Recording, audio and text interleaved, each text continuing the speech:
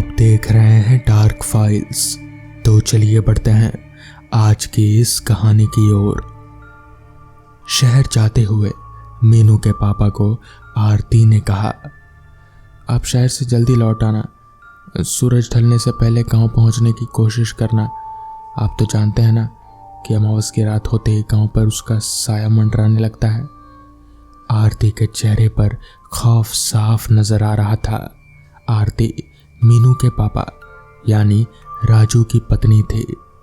आरती के कहते ही राजू के चेहरे पर चिंता की लकीरें उभर आती हैं। जब से आरती को उस चुड़ैल के मरने के बाद जिंदा होने की खबर मिली थी, तब से उसे राजू और अपने परिवार की काफी चिंता होने लगी थी। राजू शहर तो नहीं जाना चाहता था, पर आज अदालत में उसके जमीन की सुनवाई थी। अगर आज अदालत नहीं पहुंचा तो उसकी जमीन छिन सकती है, फिर उसके पास रोजी रोटी की समस्या हो जाती।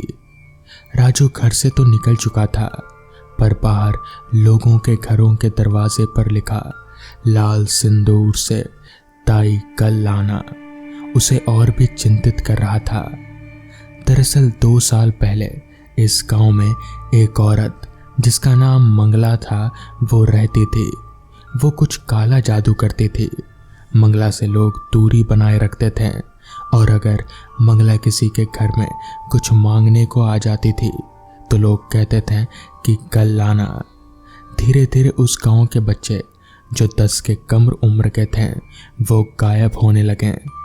पुलिस आती, फिर जांच करते हुए मंगला की झोपड़ी में गांव से कुछ दूरी पर थी वहां पहुंच जाती, पर कुछ भी सबूत नहीं मिलता था। बच्चे गायब होते रहे, पर मंगला हर बार बच जाती थी। गांव के लोगों ने परेशान होकर एक दिन मंगला की झोपड़ी में धावा बोल दिया तो देखा वहां एक बच्चा जमीन पर बेहोश पड़ा था और उसके पूरे शरीर पर सिंदूर लगा हुआ था।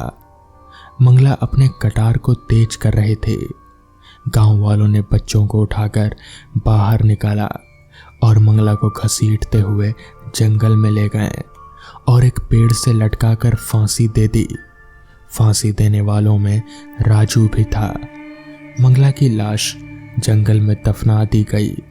मंगला के मरने के 1.5 साल बाद एक तांत्रिक जंगल में मंगला की हड्डियां जमीन से निकालकर कुछ तांत्रिक क्रियाएं कर रहा था, पर क्रिया ने कुछ गलत हो जाने के कारण मंगला जाग उठी।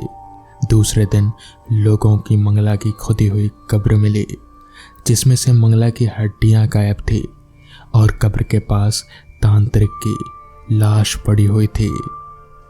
अब गांव में अमावस की रात को एक औरत लोगों के घर का दरवाजा खटखटाया करती है, और जो अंदर से पूछने पर कि कौन है तो वो बोलती है कि मैं मंगला ताई और मुझे तेरा बच्चा चाहिए। जो भी दरवाज़ा खोल देता उसकी लाश बहुत ही खराब हालत में मिलती। लोगों ने घर के बाहर सिंदूर से रेखा बना डाली, पर मंगला की चुड़ैल पर उसका कोई प्रभाव नहीं होता। कई तांत्रिक गांव में मंगला के चुड़ैल को भगाने आए, पर सुबह लोगों को तांत्रिक की लाश ही मिलती। अमावस की रात मंगला एक घर का दरवाज़ा खटखटा रही थी तो अंदर से आवाज आई, कौन है? तो मंगला ने कहा कि वो है। तो फिर अंदर से अचानक आवाज आई, ताई कल लाना। फिर मंगला उस घर के दरवाजे से चली गई।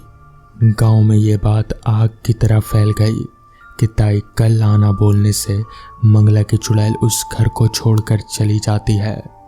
लोगों ने इसी कारण घर के बाहर दरवाजे पर लाल सिंदूर से लिख दिया था कि ताई कल आना।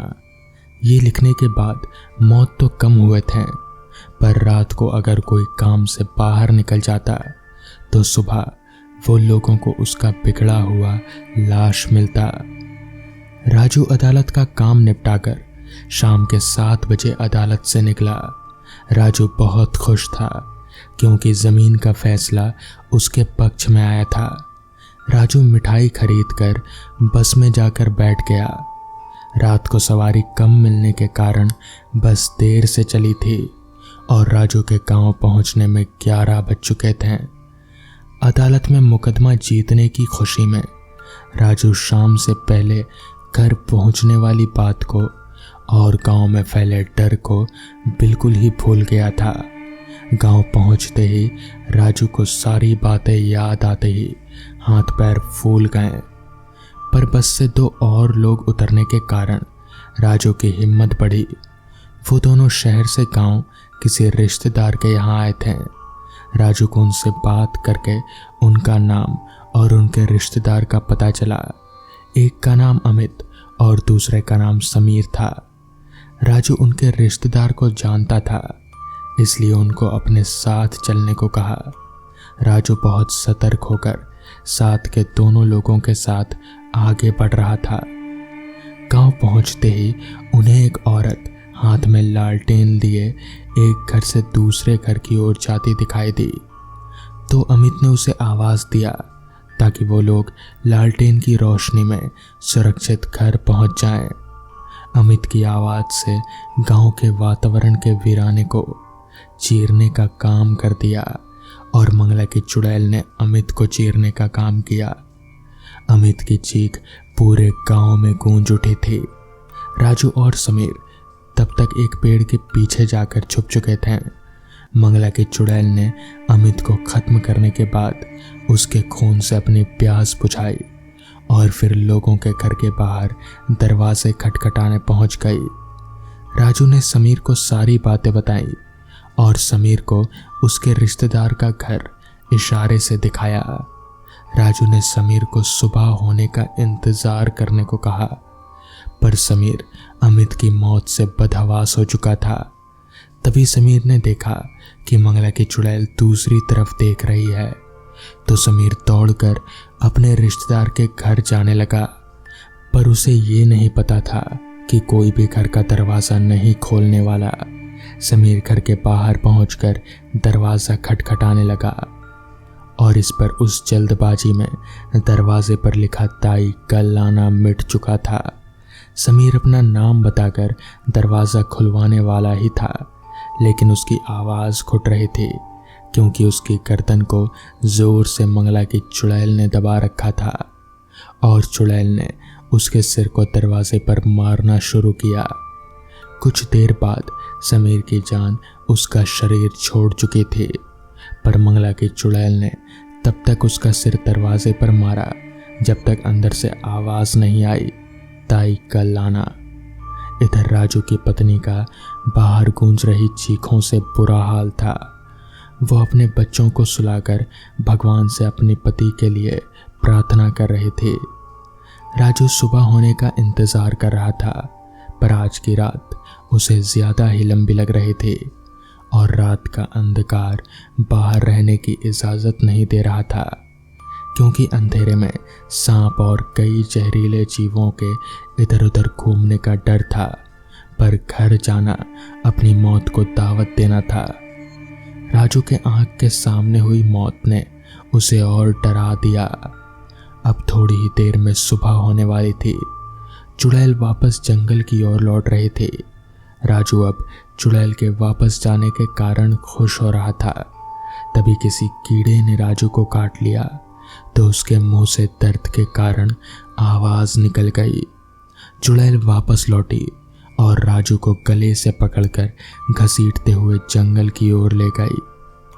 सुबह हो चुकी थी और लोगों को बाहर समीर और अमित की शव मिला।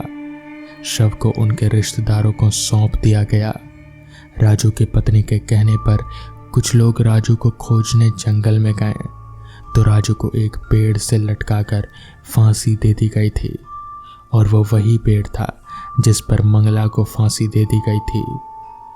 तो दोस्तों, ये थी आज की पहली कहानी। तो चलिए बढ़ते हैं आज की दूसरी कहानी की ओर। प्लेटफॉर्म की सीट पर बैठा मैं बस अपनी निगाहें डिस्प्ले की ओर घुमाए जा रहा था, जहां अभी तक मेरे ट्रेन का कोई अता पता नहीं था। दरअसल मैं करीब 6 सालों के बाद अपने नानी के घर जा रहा हूं, जहां मुझे छुट्टियां बिताना काफी अच्छा लगता है। खैर, ट्रेन नहीं आने पर मैंने पता किया तो मुझे पता चला कि मेरी ट्रेन आधा घंटा लेट चल रही है। तो मैं चुपचाप वापस से अपनी सीट पर आकर बैठ गया। तकरीबन आधा घंटा इंतजार करने पर ट्रेन प्लेटफॉर्म पर आकर लग गई। मैं भी ट्रेन में एक विंडो वाली सीट पकड़कर बैठ गया और ट्रेन ठीक सुबह के 11 बजे खुल गई। अगर ट्रेन और लेट ना करे तो मैं ठीक 2 बजे तक नानी घर के स्टेशन पर उतर जाऊंगा। और ठीक वैसा ही हुआ। मैं 2 बजे तक उस स्टेशन पर उतर गया और रिक्शा करके नानी के घर आ गया, जहां सभी से मिलकर मुझे काफी खुशी हुई, खासकर अपने मामा से मिलकर। मैं अपने मामा के काफी करीब था। अभी मैं और मामा बातें कर ही रहे थे कि तभी मामा ने कहा, विपुल, आज रात को मैं मछली पकड़ने जा रहा हूँ, तो तू भी चलेगा मेरे साथ? इस पर मैंने बिना सोचे समझे ही मामा को हाँ बोल दिया, क्योंकि मुझे भी मामा के साथ मछली पकड़ने में काफी अच्छा लगता था। दरअसल मेरे मामा नाव लेकर नदी में घूम घूम कर मछली पकड़ा करते थे और सुबह होते ही उन मछलियों को बाजार में बेच आते। खैर, दोपहर का खाना पीना खाने के बाद हमने थोड़ा आराम किया और अंधेरा होते ही रात का खाना लेकर नदी के पास आ गए, जहां मामा ने मुझसे कहा, विपुल, तू नाव में बैठ, मैं रस्सी खोल कर आता हूँ। मामा की बात सुनकर मैं नाव में चढ़कर बैठ गया और मामा भी रस्सी खोलकर नाव में आ गए। हमारा नाव काफी छोटा था, जिसमें बस 2 लोग ही आराम से बैठ या सो सकते थे। मामा नाव को चप्पू के सहारे चलाए जा रहे थे। चलते चलते हम घाट से काफी दूर आ गए थे, मगर अभी तक हमें एक भी मछली नहीं मिली थी। जिस पर मामा ने कहा, लगता है कोई नाव अभी अभी मछली पकड़कर गया यहाँ से, इसलिए मछली नहीं मिल रही। जिस पर मैंने कहा, तो क्या करें मामा अब? इस पर मामा ने कहा, हम लोग नाव को अभी किनारे पर लगा देते हैं और सो जाते हैं, फिर आधी रात को उठकर मछली पकड़ेंगे। ये तो सच बात थी कि मछलियां आधी रात को ही ज्यादा मिलती हैं।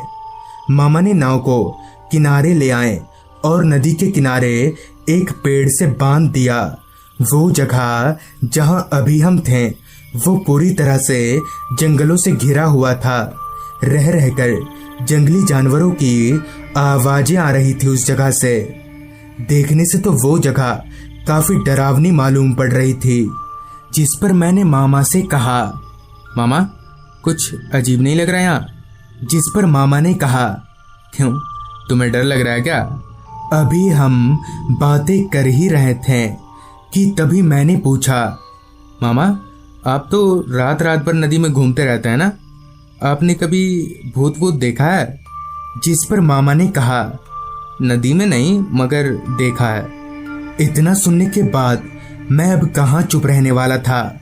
जिस पर मैंने मामा से कहा, आपने कहाँ देखा है और कब देखा है? इस पर मामा ने बताना शुरू किया। दरअसल आज से करीबन 4 साल पहले की बात होगी। उस दिन भी मैं शाम को ही मछली पकड़ने घर से निकल आया था, मगर उस शाम मुझे काफी सारी मछलियां मिल रही थी और ठीक रात के 10 बजे तक मैंने बहुत सारी मछलियां पकड़ ली। गर्मी का मौसम होने के कारण मैंने तय किया कि जल्दी ही जाकर इन मछलियों को बाजार के दुकानदारों को बेच आता हूँ। ये तय करने के बाद है मैं अपने घर आ गया और अपनी साइकिल पर सारे मछलियों को लेकर निकल गया। उस समय हमारे गांव में बिजली की सुविधा नहीं थी, इसलिए पूरा रास्ता अंधेरे में डूबा हुआ था। सन्नाटा इस कदर पूरे रास्ते पर फैला हुआ था कि रात कीड़ों की आवाज साफ साफ सुनाई पड़ रही थी। रास्ते पर आदमी तो दूर, कोई कुत्ता तलक भी दिखाई नहीं पड़ रहा था। अभी मैं आगे बढ़ ही रहा था कि तभी अचानक से मेरी साइकिल भारी होने लगी और मैं अब 2 आदमियों का भार साइकिल पर महसूस करने लगा। मगर ऐसे कैसे हो सकता था? मैं तो अकेला ही जा रहा था कि तभी मुझे अपने पीछे की ओर से कुछ चबाने की आवाजें आने लगी। मैं जैसे ही पीछे पलटा तो मेरे होश उड़ गए। दरअसल ठीक मेरे पीछे एक औरत बैठी हुई थी जिसकी शक्ल मौत से भी ज्यादा डरावनी थी, और वो औरत मेरे थैले में से मछलियों को निकालकर चबाई जा रही थी। ये देखकर मैं इतना डर गया कि मेरे हाथ पैर कपकपाने लगे, जिस कारण साइकिल से मेरा डिसबैलेंस हो गया और मैं वहीं गिर गया। साइकिल से गिरते ही वो औरत हवा में उड़ने लगी और मेरे मछली से भरे थैले को लेकर जंगल के भीतर चली गई। मेरी इतनी हिम्मत नहीं हो रही थी कि मैं उस औरत के पीछे जा सकूं, लिहाजा मैंने अपना साइकिल उठाया और काफी तेजी से घर की तरफ भागने लगा। उस दिन शायद मछलियों की वजह से ही मेरी जान बच गई, वरना उस रात वो औरत मुझे चबाती।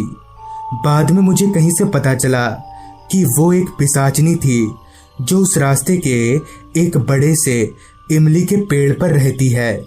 मामा जी की आप बीती खत्म होते ही हमने रात का खाना खा लिया और नाव पर ही लेट गए। लेटते ही मामा जी के खर्राटों की आवाज ने मेरे कानों में दस्तक दिया। मैं भी अपने आप को काफी अकेला महसूस करके सोने की कोशिश करने लगा, और देखते ही देखते मेरी पलकें भारी होने लगी और नींद ने मुझे भी अपने आगोश में ले लिया। फिर काफी तेज आवाज से मेरी आंख खुली तो मैंने जो देखा उसे देखकर मेरे होश फाख्ता हो गए।